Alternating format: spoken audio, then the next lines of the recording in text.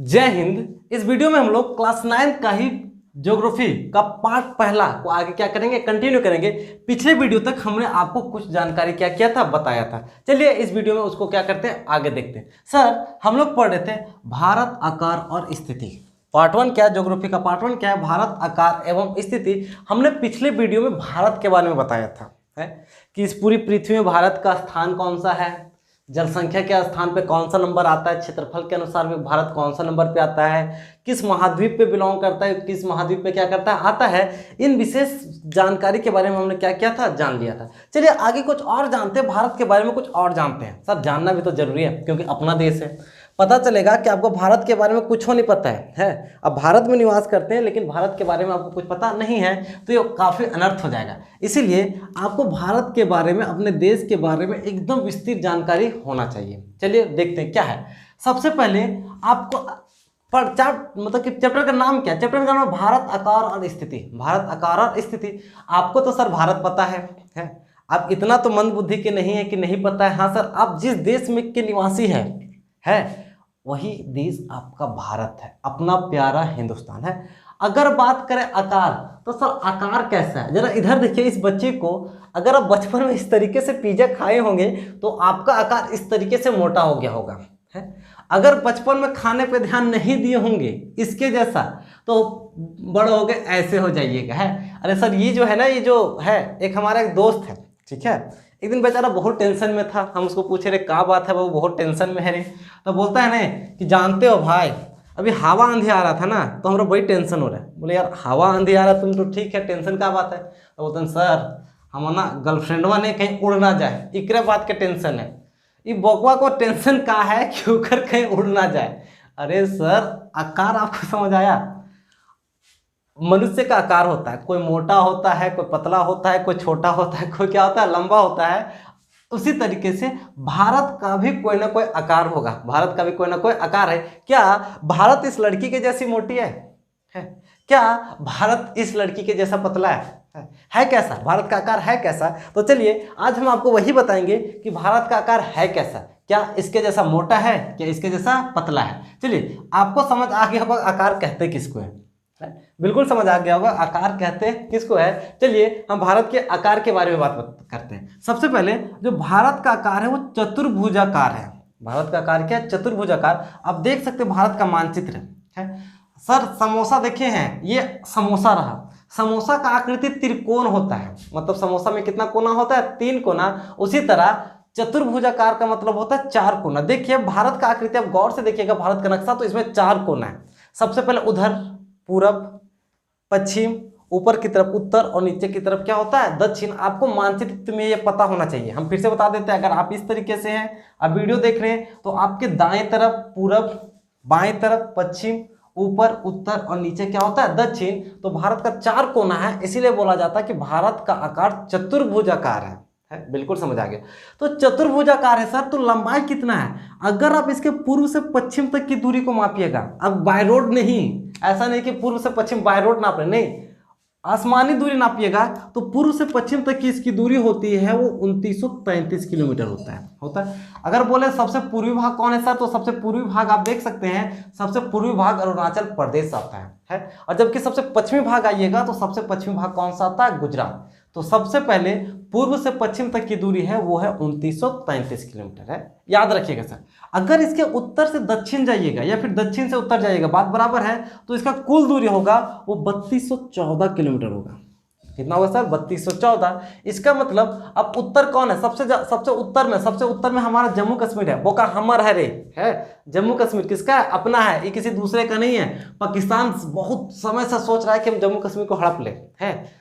के बाद क्या है सर कि भारत और पाकिस्तान दोनों एक के साथ आज़ाद हुआ 15 अगस्त 1947। हम आज़ाद हुए 15 अगस्त 1947 को और वो आज़ाद हुआ 14 अगस्त 1947 को है। हम लोग कब आज़ाद हुए? हम लोग भी 1947 में आज़ाद हुए और पाकिस्तान भी आज़ाद हुआ 1947 में है। दोनों एक के बार आज़ाद हुआ। लेकिन मामला क्या जानते हो? हम लोग आज़ाद होने के बाद हम लोग चांद पर पहुँचने के बारे में सोच रहे हैं। हमारा चंद्रयान 1 2008 में सफल हो गया था, चंद्रयान 2 भी लॉन्च किया गया था, जो थोड़ा सा के चलते क्या हो गया था? फेल हो गया। कोई बात नहीं, हम मंगल पे भी पहुंच गए हैं। हम चांद और मंगल पे पहुंचने के फिराक में, ये बकवा पाकिस्तान है रे, अभी भी कश्मीर में घुसने के फिराक में है। उन लोगों का चुनावी मुद्दा रहता है कि किसी तरह पाकिस्तान है, जब पाकिस्तान में जब चुनाव होता है तो उन लोग का जो उम्मीदवार खड़ा रहता है उन लोग क्या बोलता पता है कि अगर हम चुनाव में जीते तो कश्मीर हमर होगा। कितना समझाए उन लोग को कि रे बोका, कहियो कश्मीर तुम्हारा नहीं होने वाला है। उसको लाना चाहिए हमारे स्कूल में है। हमारे स्कूल में क्या होता है कि हमारे स्कूल के लड़के अपने क्लास की लड़कियों का नंबर दूसरे क्लास के लड़कों को नहीं देते हैं, और वो खोज रहा है पाकिस्तान की हम से कश्मीर ले ले। कश्मीर मिलने वाला नहीं है, मिलेगा का वो हमर है।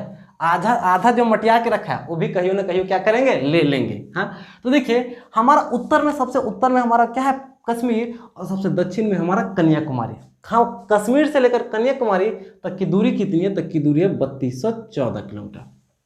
समझ आया। हाँ, चलो देखते हैं भारत के पड़ोसी देश है कौन कौन लायक है, कौन कौन नालायक है। जरा पड़ोसी देशों पे नज़र डाल दीजिए कि जब तक पड़ोसी देश नहीं जानिएगा, जब तक आप नहीं जानिएगा कि आपके बगल में कौन रहता है, तब तक आप सुरक्षित नहीं रह पाइएगा है। तो जरा पड़ोसी देश में देखते हैं। सबसे पहले हम पूर्वी की बात करते हैं। भारत के पूर्व दिशा में, भारत के पूर्व दिशा में तो एक पड़ोसी देश है हमारा बांग्लादेश और म्यांमार। ये दोनों सरदर्दे हैं, खासकर म्यांमार भी भारत के लिए क्या सर दर्द है। कैसे सर, रोहिंग्या मुसलमान, एक मुसलमानों की कैटेगरी होती है रोहिंग्या मुसलमान। इन लोग को जब म्यांमार से भगाया गया तो वो का बांग्लादेश होते होते भारत आ गया, और यहाँ फ्री का रह के खा रहा है बोकवा लोग। बांग्लादेश, म्यांमार, ये पूर्व की में। पश्चिम की बात करोगे तो पश्चिम में एक देश हमारा है, वो हमारा प्रिय मित्र जिससे हमारा कभी दुश्मनी नहीं हो सकता है, वो है पाकिस्तान। बहुत ईमानदार देश है। ये हमको हमेशा कुछ ना कुछ देते रहता है, पाकिस्तान हमेशा कुछ ना कुछ देते रहता है। अब बोलिएगा क्या देता है सर, तो कभी बम देता है, कभी गोला देता है, कभी बारूद देता है, और कभी कभी आतंकवादी लोग को भेज देता है। इतना कौन मानेगा? जितना पाकिस्तान मानता है उतना आपको कोई मानेगा? कोई नहीं मानेगा। का पाकिस्तान हमको नहीं दिया है, हम इसके क्या है, शुक्रगुजार हैं। अगला अफगानिस्तान। ये अफगानिस्तान का स्थिति अपने डमाडोल है। इकर में कहा है कि आतंकवादी संगठन तालिबान, आतंकवादी संगठन क्या, तालिबान, ये तालिबान खुद अफगानिस्तान पे क्या करने के फिराक में, कब्जा करने के फिराक में। ये वो का देगा, हम ही लोग अफगानिस्तान को बहुत कुछ दिए हैं। वो ओकर संसद हम ही लोग बना दिए हैं। वहाँ पे एक डैम है, इन लोगों को बिजली बहुत मुश्किल से मिलता है, बिजली का नामों नहीं जानता था इन लोग बिजली का है, तो हम लोग उन लोगों के लिए क्या बना दिए, डैम बना दिए हैं, रोड बना दिए हैं। का चाहिए रहे तो रहा है भाई। उत्तर में है, उत्तर में भारत के पड़ोसी देश कौन है, तो ये बकवा ई देख इकरा क्या कहते हैं जानते हो, इकरा कहते हैं father of corona. Father of corona, father of corona किधर है, हमारे उत्तर दिशा में। चलिए नेपाल, भूटान और तिब्बत, ये तीनों देश, ये चारों देश हमारे किस दिशा में, उत्तर दिशा में। अगर बात दक्षिण दिशा की बात कीजिएगा तो दक्षिण दिशा में श्रीलंका और मालदीव है। मानचित्र में आसानी से देख सकते हैं, ये हमारे पड़ोसी देश में। पूर्व में बांग्लादेश, म्यांमार, पश्चिम में पाकिस्तान, अफगानिस्तान, उत्तर दिशा में चीन, नेपाल, भूटान और तिब्बत। हाँ, तिब्बत सर, तिब्बत को भी हम देश मानेंगे बिल्कुल। क्यों सर? क्योंकि तिब्बत को चीन देश नहीं मानता है, तिब्बत को चीन देश नहीं मानता है। चीन तिब्बत पे कब्जा करके रखे हुए है। लेकिन मेरा उत्तरदायित्व होता है कि चीन हमेशा अपने जमीन को विस्तार करना चाहता है। चीन हमेशा, ये कुछ दिन पहले चीन बोला था अरुणाचल प्रदेश हमारा है। अब मैं कैसे समझाएं, सब हड़पने के चक्कर में लगल है, सब सोचता है कि भारत सबसे बुड़बक है। इन लोगों को कैसे समझाएं कि भारत अपन 1 इंच जमीन नहीं देगा, आप हड़पने के फिराक में। तो कुछ दिन पहले क्या हुआ था, चीन हमारे गलवान घाटी में आ गया था, है सिक्किम में आ गया था। अलग चीन, मतलब चीन और भारत का जो बॉर्डर है, चीन क्या करता है, हमारे बॉर्डर की तरफ क्या करता है, आता है और सोचता है कि धीरे धीरे भारत को भी मटिया ले, जिस तरह तिब्बत को मटिया लिया है। तो तिब्बत स्वतंत्र देश हुआ करता था सर, लेकिन अब तिब्बत चीन के कब्जे में है। लेकिन हम ये मानेंगे कि तिब्बत आज भी एक क्या है सर, देश है। चीन इसको देश नहीं मानता है, पर आपका उत्तरदायित्व है कि तिब्बत को क्या मानना, देश मानना। ठीक है। हाँ, आगे देखिए, भारत के पूर्व में बंगाल की खाड़ी है। ये पूर्व मानचित्र है, पूर्व के इधर देखिएगा पूर्व की तरफ, तो ये बंगाल की खाड़ी है। उत्तर में जाइएगा तो महान हिमालय है, उत्तर में क्या है, महान हिमालय है। पश्चिम में आइएगा तो पश्चिम में अरब सागर है, और दक्षिण दिशा में आइएगा तो दक्षिण में क्या है, हिंद महासागर है। ये भारत की स्थिति है सर, नहीं ये भारत का आकार है, मतलब भारत इस तरीके से है। भारत का ये इतना डिटेल आपके लिए काफ़ी होगा। आप क्या कर सकते हैं, अगर आपको अधिक जानना है तो इन पड़ोसी देशों की राजधानी को भी याद रख सकते हैं, करना पड़ेगा। यहाँ पे कौन सी मुद्रा चलती है, पाकिस्तान का कौन सा मुद्रा है, अफगानिस्तान का कौन सा मुद्रा है, नेपाल का कौन सा मुद्रा है। मुद्रा का मतलब वहाँ पे कौन सा चलता है, उसका मुद्रा क्या है, किस पैसे का उपयोग करते हैं, उनको आप क्या कर सकते हैं, याद कर सकते हैं। बाकी बात इतना जानकारी आपके लिए क्या है, सफिशिएंट है। इतना ही जानकारी फिलहाल जानने के लिए, तो कितना भी जानकारी आपके लिए क्या है, कम है, पर आप इतना जानकारी क्या कीजिए, याद रख लीजिए। आप इसको अपने नोट्स कॉपी में भी खूबसूरत तरीके से क्या कर सकते हैं, उतार सकते हैं। उतारने से होगा आपका नोट्स खूबसूरत तरीके से क्या होगा, तैयार होगा। चलिए अब आपको कुछ इंटरेस्टिंग बात बताते हैं। देखिए क्या है सर, देखिए अगर फिलहाल आप झारखंड के किसी शहर में है, फिलहाल आप कहाँ हैं सर, झारखंड के किसी शहर में हैं, और अगर आपका एक मित्र है, आपका मित्र है जो पृथ्वी पे कहाँ पे, पृथ्वी पे किसी स्थल भाग में, कहीं क्या सर, स्थल भाग में खो गया है, खो गया का मतलब कहीं स्थल भाग में है। स्थल भाग का मतलब होता है सर कहीं जमीन पे है, और वो आपको फोन किया कि रे हम यहाँ है, तुम आ जाओ, यहाँ है तुम क्या करो, आ जाओ, तो पक्का है कि आप क्या कीजिएगा, उस तक आसानी से क्या हो जाइएगा, पहुँच जाइएगा। आपको तो कोई दिक्कत नहीं है। क्यों? क्योंकि स्थल, प्रत्येक पृथ्वी पे जितने भी स्थल भाग है वहाँ पे हर किसी का कोई ना कोई डिटेल है, कोई ना कोई क्या सर डिटेल है। जैसे हम आपको सिंपल सा बात बताएं कि यदि आप झारखंड में है और आपका दोस्त बाइक से गया रांची, बाइक से कहाँ गया सर, रांची, और रांची जाने के बाद उस इंसान का बाइक खराब हो गया है, वो किसी खास काम से अब झारखंड की राजधानी रांची जा रहा था। रांची जाने के बाद क्या हुआ, रांची गया तो गया, लेकिन वहाँ जाने के बाद उसका बाइक क्या हुआ, खराब हो गया। अब सर जब बाइक खराब होगा तो वो आपको वहाँ से, अगर आपका दोस्त है तो आपका दोस्त आपको फ़ोन करेगा, आपको क्या करेगा, फ़ोन करेगा, तो फ़ोन करके बताएगा कि हम यहाँ हैं, आप यहाँ आसानी से क्या कीजिए, आ जाइए। तो आप क्या कीजिएगा, अपने दोस्त की मदद के लिए रांची आसानी से क्या कर सकते हैं, जा सकते हैं। आपको किसी भी तरह का कोई समस्या होगा नहीं, किसी भी तरह का कोई समस्या होगा नहीं। क्यों? क्योंकि सर आपके दोस्त ने आपको एक निश्चित पता बता दिया कि हम रांची के इस जगह पे हैं, और उस पता से आप क्या कर सकते हैं, जा सकते हैं, पहली बात। लेकिन सर यदि यहीं ऐसा हो, यहीं क्या हो, ऐसा हो कि अगर आपका दोस्त, मान लीजिए कि आप भारत का दक्षिण भाग ये है, आप यहाँ पे मान लीजिए आप यहाँ पे हैं, आपका दोस्त मछली मारने गया और यहाँ बीच समुद्र में उसका नाव खराब हो गया, मान लीजिए नाव में किसी तरह का खराबी हो गया है। आप दूर नहीं हैं, आप मान लीजिए आप अपने दोस्त से 10 किलोमीटर ही दूर हैं। आपका दोस्त अगर फ़ोन करेगा तो वो आपको निश्चित जगह नहीं बता पाएगा कि हम निश्चित जगह है, क्योंकि पानी के बीच में कोई निश्चित जगह नहीं होता है। नहीं होगा कि हम फलना के दुकान के बगल में हैं, अरे हम ये पेट्रोल पंप के बगल में है क्या बीच समुद्र में ऐसा कुछ हो सकता है? नहीं। तो आपको पसीना छूट जाएगा अपने दोस्त को ढूंढने के लिए। भले आपका दोस्त ज़्यादा दूर नहीं है, आपका दोस्त आपसे 10 किलोमीटर में ही दूरी पे है, लेकिन अगर बीच समुद्र में है तो आप उसको ढूंढ नहीं पाइएगा, है। तो इसी समस्या के समाधान के लिए पृथ्वी पे कुछ ना कुछ बनाया गया है। अब आपका दोस्त अगर एक बता देगा एक निश्चित जानकारी, तो आप सीधे अपने दोस्त तक पहुँच जाइएगा। वो निश्चित जानकारी क्या बताएगा, वो निश्चित जानकारी क्या बताएगा? तो चलिए हम सबसे पहले जानते हैं स्थिति के बारे में, है। हम पढ़े भारत की स्थिति, तो सबसे पहले जानते हैं कि स्थिति डिफाइन कैसे किया गया है। सर देखिए, आपको पता पृथ्वी के बारे में पता है? अगर हम पूछें कि पृथ्वी का आकार कैसा है, तो कुछ लोग बोलेगा कि पृथ्वी का आकार गोल है, कोई बोलेगा नारंगी जैसन गोल है, कौन बोलेगा संतरा जैसन गोल है, वो का कुछ बोलेगा कि केला जैसन है।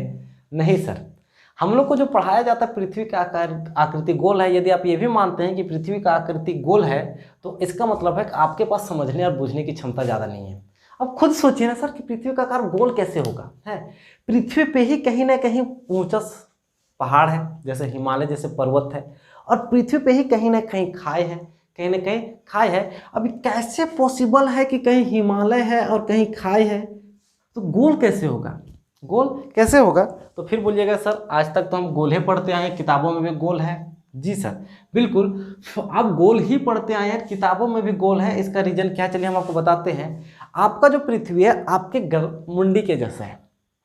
कैसे के सर? देखिए ये मुंडी में क्या है, ये फेस सामने की, अगर हम फेस की बात करें तो देखिए ये नाक उठा हुआ है, नाक क्या है, उठा हुआ है। मान के चलिए उठा हुआ नाक हिमालय है, मान के चलिए उठा हुआ नाक क्या हिमालय है। ये देखिए आँख कहीं धंसा हुआ है, मुंह और धंसा हुआ है, ये दाढ़ी अगर है तो वो का सावन का घास है अरे सवाना का घास है ठीक है। तो इसी तरीके से है पृथ्वी में भी, इसी तरीके से कहीं पर्वत है, कहीं पठार है, कहीं नदी है, कहीं नीचे खाई है। तो सभी को इक्वल मान के एक निश्चित मान लेके, ना तो ज़्यादा ऊपर ना तो नीचे लेके खींचा गया है काल्पनिक तौर पे बनाया गया है, उस हिसाब से बोला जाता है। उसी के हिसाब से पृथ्वी का आकार क्या मान लिया जाता है, गोल है। कहाँ पहाड़ दिखाते रहोगे, कहाँ पर्वत दिखाते रहोगे है। तो इस पृथ्वी में हम ये मान के ही चलते हैं कि पृथ्वी का आकार गोल है। पृथ्वी का आकार सर क्या है, गोल है। तो पृथ्वी सर हम बना देते हैं कि ये पृथ्वी का आकार क्या है सर, गोल है। वास्तव में गोल नहीं है, हम बता देते हैं कि पृथ्वी का आकार फुटबॉल के जैसा गोल नहीं है, ना तो नारंगी के जैसा गोल है, ना तो चपटा है, ना कुछ है। ये इस तरीके का डिजाइन किया गया, ऊंचे हुए भाग पे और नीचे हुए भाग का औसत लेके पृथ्वी का आकार इस तरीके से क्या किया गया, डिजाइन किया गया। चलिए अब हम क्या कहते हैं, अगर हम ये पृथ्वी बनाइए सर, अगर हमने पृथ्वी बनाया तो आपको पता होना चाहिए पृथ्वी में इधर होता है, इधर पूर्व होता है, इधर क्या होता है सर, पश्चिम होता है, इधर उत्तर होगा और इधर दक्षिण होगा। हमने ये एक्यूरेट पृथ्वी नहीं बनाया सर, ऊपर थोड़ा चपटा होता है, नीचे भी थोड़ा चपटा होता है। हाँ, हमने क्या बोला सर, पृथ्वी में पश्चिम से पूर्व की ओर खींची गई समांतर रेखाएं अक्षांश रेखा कहलाती है। क्या बोले, पृथ्वी में पश्चिम से पूर्व की ओर, पश्चिम तो ये है, पूर्व तो ये है। हाँ, तो पश्चिम से पूर्व की ओर ये जो रेखाएं आप इस तरीके की खींचेगा, रेखाएं याद रखिए सर, ये रेखाएं पश्चिम से पूर्व की ओर खींची गई है। तो पश्चिम से पूर्व की ओर जो खींचेगा तो इस रेखाओं को कहते हैं, इस रेखा को क्या कहते हैं, अक्षांश।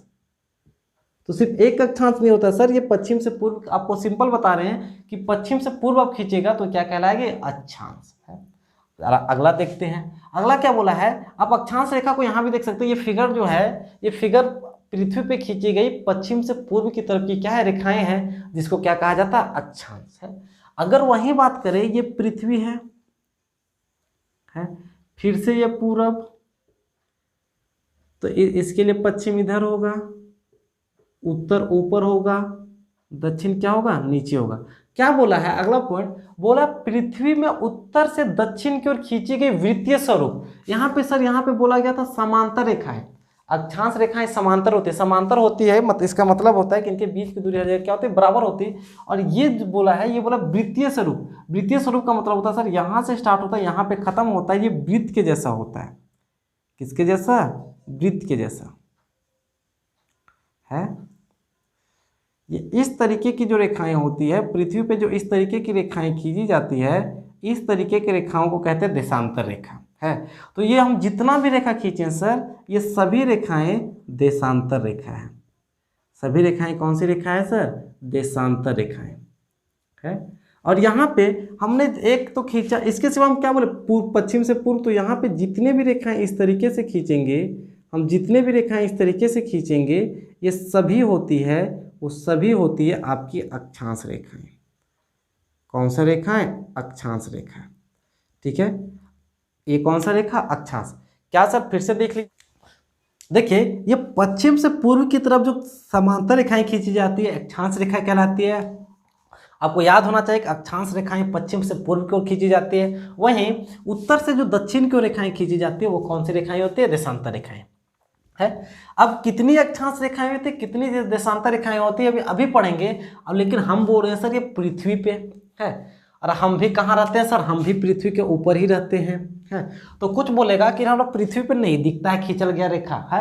तो रे चला देख रहे, अक्षांश और देशांतर रेखाएं काल्पनिक है। अक्षांश और देशांतर रेखाएं क्या सर, काल्पनिक है। ये मान लिया गया है काल्पनिक। आप सपना भी देखते हैं, आप सपना नहीं देखते हैं, रात को आप सपना देखते होंगे, अरे हम BMW पे घूम रहे हैं, अरे चला कहीं आप BMW पे सपना देखिएगा, कभी आप का सपना देखते हैं। जितने भी तरीके के आप सपने देखते हैं, सभी सपना काल्पनिक होती है, उसका वास्तविक से कोई लेना देना नहीं होता है। उसी तरीके से अक्षांश और देशांतर रेखाएं, जो अक्षांश और क्या है, देशांतर रेखाएं हैं, वो एक काल्पनिक है। तो सर काल्पनिक है, तो इसे कब खींचा गया, तो इसे 1884 ईस्वी में क्या किया गया था सर, खींचा गया था। ये जो रेखाएं हैं अक्षांश और देशांतर रेखाएं, ये काल्पनिक रेखा है। और इसको कब खींचा गया था सर, इसको खींचा गया था 1884 ईस्वी में, ठीक है। आपको समझ आ गया होगा, अभी हमने सिर्फ बताया। हाँ, ये सिर्फ समांतर रेखाएं आपको इस तरीके से दिख रही है, पर वास्तव में इस तरीके से है नहीं, वास्तव में इस तरीके से है नहीं। ये सर ये 2D फिगर है, है ना। 2D फिगर का मतलब जान रहे हैं, अगर आप इस गोल को देखिएगा तो आपको लगेगा ये रोटी है। और अगर फुटबॉल भी बनाना होगा तो इसी तरह बनेगा है। तो सर ये रोटी नहीं बना हुआ था, ये फुटबॉल बना हुआ था, और फुटबॉल भी गोल होता है। और इस तरीके से रेखा खींचेगा तो इस तरीके से रेखा नहीं होगा। कैसे रेखा होगा सर? अक्षांश रेखाएं समांतर भले होती हैं, पर ये इस तरीके से, ये तो पहले इसी तरह होगा, लेकिन हर एक रेखा इस तरीके से होती है। हर एक रेखा क्या होती है सर? इस तरीके से होती है। ये होती है आपकी अक्षांश रेखाएं है। ये रेखाएं आपस में समांतर है सर, ये रेखाएं आपस में समांतर है, इसका मतलब इनकी दूरी हर जगह क्या है? बराबर है। लेकिन वास्तव में अक्षांश रेखाएं ये होती है। वास्तव में अक्षांश रेखाएं क्या सर? ये होती है। जैसे कि सर ये मेरा मुंडी है। अगर आप रेखा खींचना चाहिएगा तो आप ऐसे बीचों बीच ऐसे खींचिएगा ना सर, तो ये इधर आके घूम जाएगा, इधर आके क्या होगा? घूम जाएगा। आपको सीधा ऐसे नजर नहीं आएगा, सीधा नजर नहीं आएगा। उसी तरीके से ये रेखाएं आपस में क्या होते हैं? घूम जाती है, इसलिए इस तरीके का रेखाएं क्या कहलाती है? अक्षांश। अब क्या कीजिए सर, इन सभी को अच्छे से उतार लीजिए। कितना खूबसूरत सा चित्र है। आप इनको अच्छे से क्या कीजिए सर? उतार लीजिए। हम थोड़े से हट गए हैं। आपको सिर्फ इतना याद रखना है कि अक्षांश रेखा पूर्व से पश्चिम की तरफ खींची जाती है, ना पश्चिम से पूर्व की तरफ खींची जाती है, और देशांतर रेखाएं उत्तर से दक्षिण की तरफ खींची जाती है। अक्षांश रेखाएं समांतर होती है, मतलब इन दो अक्षांश रेखाओं के बीच की दूरी हर जगह बराबर होता है, लेकिन देशांतर रेखाएं समांतर नहीं होती है। देशांतर रेखाएं उत्तर दिशा से निकलती है और दक्षिण दिशा पे आपस में क्या होती है? मिल जाती है, पर अक्षांश रेखाएं कभी भी आपस में मिलती नहीं है। ये जानकारी आपके लिए काफ़ी ज़्यादा महत्व वाला है। आप इसको अच्छे से क्या कर लीजिए? उतार लीजिए। बात करते हैं अक्षांश रेखाओं की। हम थोड़ी सी विस्तृत जानकारी अक्षांश रेखा का भी देख लेते हैं, थोड़ा सा विस्तृत जानकारी क्या देख लेते हैं? देशांतर रेखा का। अभी हमने क्या जाना? अभी हमने जाना कि किस पृथ्वी में, कहाँ पे? पृथ्वी में पश्चिम से पूर्व की ओर खींची गई, ये पृथ्वी में पश्चिम से पूर्व की तरफ खींची गई रेखाएं अक्षांश कहलाती है। अभी आपने इतना जाना है। अब थोड़ा सा और विस्तृत जानकारी क्या बोला है कि पृथ्वी के बीचों बीच खींची गई रेखा, पृथ्वी के बीचों बीच खींची गई रेखा जो पूरे पृथ्वी को दो समान भागों में विभाजित करती है, 0 डिग्री अक्षांश या विषुवत रेखा या भूमध्य रेखा कहा जाता है। सर क्या बोला? पृथ्वी के बीचों बीच वो भी हम पश्चिम से पूर्व की बात करें, क्योंकि हम लिखा कौन रहे? देशांतर। पृथ्वी के बीचों बीच एक देशांतर रेखा भी काटता है, जिसको 0 डिग्री देशांतर कहा जाता है। हम 0 डिग्री अक्षांश की बात करें, हम 0 डिग्री क्या करें? अक्षांश की बात करें। तो सर देखिए ये पृथ्वी हो गया, मान के चलिए पृथ्वी गोल, आपको मानना ये गोल है सर, गोल यहाँ बन नहीं रहा है, हम सर आपको सही बता देते हैं। अब पृथ्वी के बीचों बीच एक तरह का इस तरीके का रेखा है, इस तरीके का क्या रेखा है, जो पृथ्वी को दो समान भागों में क्या करती है? बांटती है। अगर हम पूरी पृथ्वी की बात करें तो इधर क्या होगा सर? इधर पूर्व होगा, इधर क्या होगा? इधर आपका पश्चिम होगा, ऊपर की तरफ क्या होगा? ऊपर की तरफ उत्तर होगा, नीचे की तरफ क्या होगा? नीचे की तरफ दक्षिण होगा। इसमें आपको कोई भी दिक्कत नहीं है। ये पृथ्वी के बीचों बीच ये रेखा जो बांटती है, ये रेखा बांटी, इस रेखा को क्या कहते हैं सर? इस रेखा को कहते हैं 0 डिग्री अक्षांश। 0 डिग्री अक्षांश।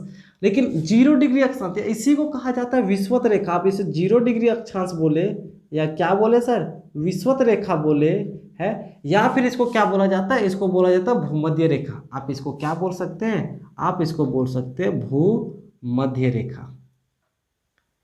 आपको नहीं समझ आया? इतना मुश्किल बात आपको कैसे समझ आएगा? अरे सर ये पृथ्वी है, चलिए आप फिगर में देखिए, ये पृथ्वी है। पृथ्वी में बीचों बीच क्या? पूर्व से पश्चिम की तरफ बीचों बीच जो रेखाएं खींची गई है, जो आपको दिख रहा है, जो सर ये सिर्फ रेखा नहीं है, ये पृथ्वी के उस तरफ से भी घुमा हुआ है। उस तरफ से भी क्या है सर? घुमा हुआ है। जैसे कि एक फुटबॉल है, फुटबॉल की आकृति इस तरीके से गोल होती है। तो अगर मान लीजिए ये मेरा हाथ है, ये क्या हाथ है, अगर आप इसमें यहाँ से गोल इस तरीके से रेखा खींचिएगा तो आगे ये घूमेगा। ये क्या होगा सर? घूमेगा। हाँ, लेकिन घूमना तो संभव दिखाया नहीं जा सकता। तो इस तरीके की जो रेखाएं हैं, इसी को कहा जाता है 0 डिग्री अक्षांश रेखा। आप इसको 0 डिग्री अक्षांश रेखा बोलिए, या फिर आप इसको विषुवत रेखा बोलिए, या फिर इसको आप क्या बोलिए? भूमध्य रेखा बोलिए। इसमें से कोई भी किसी भी तरह का कोई दिक्कत नहीं है। समझ आया? अब सर यहाँ से ना ये जो 0 डिग्री भूमध्य रेखा है, यहाँ के बीच के सेंटर को मान के कोण बनाया जाता है। क्या सर? कोण। आपने गणित में कोण बनाना सीखा था। अगर एक सीधी रेखा है, आप यहाँ पे है, 90 डिग्री का कोण बनाना था तो आप कैसे करते थे? एक चाप यहाँ से यहाँ काट खींचते थे, उस चाप को उठा के एक बार यहाँ काटते थे, यहाँ अरे दोनों को चाप को उठा के ऊपर नीचे काटते थे, और इस तरीके का सीधा एक कोण बनाते थे। ये कोण कितना बनता था सर 90, क्या बनता था 90। तो सर यहाँ से भी कोण मान के इस तरीके से एक कोण बनाया जाता है और ये क्या होता है सर 90, क्या 90 और 90 सर बीच में भी तो 30, अगर 30 बनाना है तो 30 यहाँ बनता था है 30 क्या ये जो कोण बनाया जाता है इसी तरीके से देखिए क्या बोले विषुवत रेखा के उत्तर में, विषुवत रेखा के उत्तर में 90 अक्षांश रेखाएं और इसके दक्षिण में 90 मुख्य रूप से अक्षांश रेखाएं क्या खींची गई है। ये अक्षांश रेखाएं इस कोण के अनुसार ही क्या किया गया सर खींचा गया। कैसे खींचा गया सर आप कैसे कीजिएगा जैसे कि देखिए ये पृथ्वी है ये पृथ्वी के बीचों बीच खींची गई 0 डिग्री अक्षांश रेखा जिसको कहा जाता है विषुवत रेखा या भूमध्य रेखा। इसके ऊपर में पूरा कोण बनेगा तो ज़्यादा ज़्यादा क्या बनेगा 90 से तो ज़्यादा बन नहीं सकता क्योंकि 90 से ज़्यादा बनेगा तो इधर से ना पाएगा है। तो इसके ऊपर टोटल कितनी रेखाएं खींची गई, इसके ऊपर ये 0 डिग्री के ऊपर टोटल कितनी रेखाएं खींची गई 90 और ये 0 डिग्री के नीचे इन 0 डिग्री के नीचे टोटल कितनी रेखाएं खींची गई, टोटल खींची गई 90। आपको समझ आया। हाँ ऊपर भी विषुवत रेखा के उत्तर में भी 90 रेखाएं खींची गई और दक्षिण में भी क्या खींची गई 90 रेखाएं खींची गई है। तो सर ये देखिए ये विषुवत रेखा है, ये क्या है सर ये क्या है विषुवत रेखा है। इसके ऊपर 90 खींचा गया, इसके नीचे 90 खींचा गया तो 90 मिला के 180 और एक तो ये है ना, एक तो ये है। हाँ तो क्या बोले हैं कि कुल अक्षांश रेखाओं की संख्या, कुल अक्षांश रेखाओं की संख्या 181 कैसे हुआ सर 0 डिग्री मुख्य अक्षांश रेखा है, इसके ऊपर 90 इसके नीचे 90 180 और ये जो बीचों बीच है वो 181 है, 181 है। अब यहाँ पे देखिए सर 0 डिग्री के ऊपर है, 0 डिग्री के ऊपर जितनी भी रेखाएं खींची गई है उसको कहते हैं उत्तरी अक्षांश, इसको क्या कहते हैं सर उत्तरी अक्षांश। और 0 डिग्री के नीचे जितनी भी अक्षांश रेखाएं खींची जाएगी उसे कहेंगे दक्षिणी अक्षांश, क्योंकि ऊपर उत्तर। हाँ यहाँ पे एक गोलार्ध है, इस गोलार्ध को कहते हैं उत्तरी गोलार्ध, उत्तरी गोलार्ध है। और ये जो नीचे जो है इसको कहते हैं दक्षिणी गोलार्ध, इसको क्या कहते हैं सर दक्षिणी गोलार्ध। आपको ये पता होना चाहिए क्या है ये सर, क्यों क्योंकि इसमें पूरब उधर, पश्चिम उत्तर, दक्षिण इधर। आप फोटो में भी इस तरीके से क्या कर सकते हैं देख सकते हैं, आप फोटो में भी क्या कर सकते हैं देख सकते हैं। हम इस फिगर को क्या करें सर थोड़ा मिटा रहे हैं, इस फिगर को थोड़ा क्या करें मिटा रहे हैं। अब चलिए अब नीचे एक और पॉइंट लिखाए हैं, नीचे एक और पॉइंट लिखाए हैं वो क्या है सर देखिए बोले हैं 27 डिग्री उत्तरी अक्षांश को कर्क रेखा कहा जाता है। ऐसा 27 डिग्री उत्तरी अक्षांश होगा कौन, जरा हम देखते हैं। देखिए सर ये पूरा पृथ्वी है, पूरी पृथ्वी में बीचों बीचों जो खींची गई रेखाएं वो 0 डिग्री अक्षांश रेखा है जिसको कहा जाता है, इस 0 डिग्री को ही कहा जाता है विषुवत रेखा। 0 डिग्री अक्षांश रेखा को क्या कहा जाता है विषुवत रेखा। आप इस सेंटर को मान के कोण बनाइएगा, सेंटर को मान के क्या बनाइए कोण। तो यहाँ पे आपको कोण बनाना है यहाँ से 23.5 डिग्री का, कितना डिग्री का 23.5 डिग्री का। अब जब यहाँ से कोण बनाइएगा 27 डिग्री का तो ये इसके यहाँ इस भाग को क्या करेगा टच करेगा। आप इस बिंदु से इस बिंदु के समांतर एक रेखा खींच देना है, इस बिंदु के समांतर क्या खींचना है सर रेखा, समांतर खींचना है। क्यों, क्योंकि अक्षांश रेखाएं क्या होती है समांतर होती है। अब जब यहाँ 27 का कोण बनाए तो यहाँ जो कोण बनेगा वो भी 27 डिग्री। लेकिन ये देखिए ये पूर्व दिशा है, ये कौन सा दिशा है, ये पश्चिम दिशा है, ये कौन सा दिशा है उत्तर, और ये कौन सा दिशा है यह है दक्षिण है। तो 0 डिग्री के उत्तर में है 27 डिग्री उत्तरी अक्षांश, क्योंकि यह 27 डिग्री उत्तर में है उत्तरी अक्षांश। इसको कौन सा रेखा कहा जाता है, इस रेखा को कहा जाता है कर्क रेखा। इस रेखा को क्या कहा जाता है कर्क, ट्रॉपिक ऑफ कैंसर इसको कहा जाता है अंग्रेजी में। ठीक है, तो आपको याद रखना है कि 0 डिग्री जो बीचों बीच है उसको तो भूमध्य रेखा विषुवत रेखा या 0 डिग्री अक्षांश रेखा कहा जाता है, लेकिन इसके ऊपर 27 डिग्री उत्तरी अक्षांश रेखा को क्या कहा जाता है कर्क रेखा। सेम काम इसके दक्षिण में कीजिएगा। अब दक्षिण में भी 27 डिग्री का कोण बनाइएगा तो ये यहाँ आएगा और ये 27 डिग्री रहेगा। ये कितना रहेगा सर 27 डिग्री। और यहाँ देखिए 27 डिग्री दक्षिणी अक्षांश को कौन सा रेखा कहा जाता है मकर रेखा। तो इन रेखाओं का नाम क्या है सर मकर रेखा। रेखा का नाम क्या है सर मकर रेखा है। उम्मीद है कि आपको तो ये बिल्कुल भी समझ आया होगा। पृथ्वी है, पृथ्वी के बीचों बीच खींची गई 0 डिग्री अक्षांश रेखा जिसको कहा जाता है विषुवत रेखा भूमध्य रेखा है या 0 डिग्री अक्षांश। इसके 27 डिग्री उत्तर की तरफ जो रेखा खींची गई है उसको कर्क रेखा, इसके 27 डिग्री नीचे जो रेखा खींची गई है उसको क्या कहते हैं, मकर रेखा। सर ये कर्क रेखा और मकर रेखा ऐसा नहीं कि अंदाजे 27 में ले लिया गया है, 2, 4, 5, 10, 20 में भी लिया जा सकता है। ऐसा इसलिए लिया जाता है क्योंकि सर सूर्य कर्क रेखा मकर रेखा सूर्य के हिसाब से बहुत इंपॉर्टेंट है। सूर्य की किरण कभी भी इस रेखा से ऊपर नहीं, ऊपर की इस रेखा के ऊपर कभी नहीं सीधी पड़ती, और सूर्य की कभी भी विषुवत रेखा के मतलब कि मकर रेखा के इधर जितनी भी रेखाएं होती है वहाँ सूर्य की किरण कभी भी सीधी नहीं पड़ती। सूर्य की किरण सीधी इन्हीं दो रेखाओं के बीच ही पड़ सकती है। सूर्य की जो किरण है वो सीधी किरण ये कर्क रेखा और मकर रेखा के बीच ही क्या कर सकती है, पड़ सकती है। अब जरा देखिए, अगर हम कुछ और बताएं, क्या करें, कुछ और बताएं, तो सर है 90 तो है, हम कुल अक्षांश रेखा है, कुल अक्षांश रेखाओं की संख्या 181 है, लेकिन किन्हीं दो अक्षांश रेखाओं के बीच की दूरी, किन्हीं दो अक्षांश रेखाओं के बीच की दूरी, किन्हीं दो अक्षांश रेखाओं के बीच की दूरी। सर आप याद रखिएगा कि जब भी दो अक्षांश रेखाएं होती है उनके बीच की जो दूरी होती है वो 111 किलोमीटर होती है। हमेशा किन्हीं भी दो अक्षांश रेखाओं के बीच की दूरी क्या होगी सर, 111 किलोमीटर होगी। सर कैसे, देखिए सर ये पृथ्वी है, बीचों बीच खींची गई ये 0 डिग्री अक्षांश रेखा है, तो हमने बोला 90 ऊपर 90 नीचे, मुख्य और मुख्यतः उसके बीच में बहुत होता है पर मुख्यतः अगर यहाँ पे एक रेखा खींचा गया 1 डिग्री, कितना डिग्री, 1 डिग्री, तो इनके बीच ये मानचित्र में इनके बीच की जो दूरी है वो है 111 किलोमीटर। मानचित्र में तो 1 डिग्री होता है लेकिन वास्तव में उनके बीच की दूरी कितना होता है, 111 किलोमीटर। चलिए, आपको उम्मीद होगा कि आपको ये सारी जानकारी क्या होगी, समझ आई होगी है। यदि आपको पसंद है ये वीडियो तो आप इसको क्या कीजिए, अच्छे से नोट्स में बना लीजिए, ये आपके लिए काफ़ी शानदार नोट्स होगा सर। यकीन मानिए कि अगर आप इन सारी जानकारी को अपने नोट्स में बनाते जाइएगा तो आपका नोट्स एक शानदार नोट्स बनेगा, जिसकी तुलना किसी अन्य नोट्स से नहीं की जा सकती है। यदि आपने इस वीडियो को यहाँ तक देखा, अगर आपको वीडियो पसंद आए तो वीडियो को क्या कीजिए सर, लाइक कीजिए। यदि आप हमारे चैनल पर नए हैं तो आप हमारे चैनल को क्या कर लीजिए, सब्सक्राइब कर लीजिए। चलिए, अगले वीडियो में मिलेंगे हम लोग और इंटरेस्टिंग जानकारी के साथ। अभी हमने आपको अक्षांश बताया, कल अगले वीडियो में हम आपको देशांतर बताएंगे, फिर बताएंगे कि भारत है कहाँ, भारत का अक्षांशीय विस्तार कितना है, भारत का देशांतरीय विस्तार कितना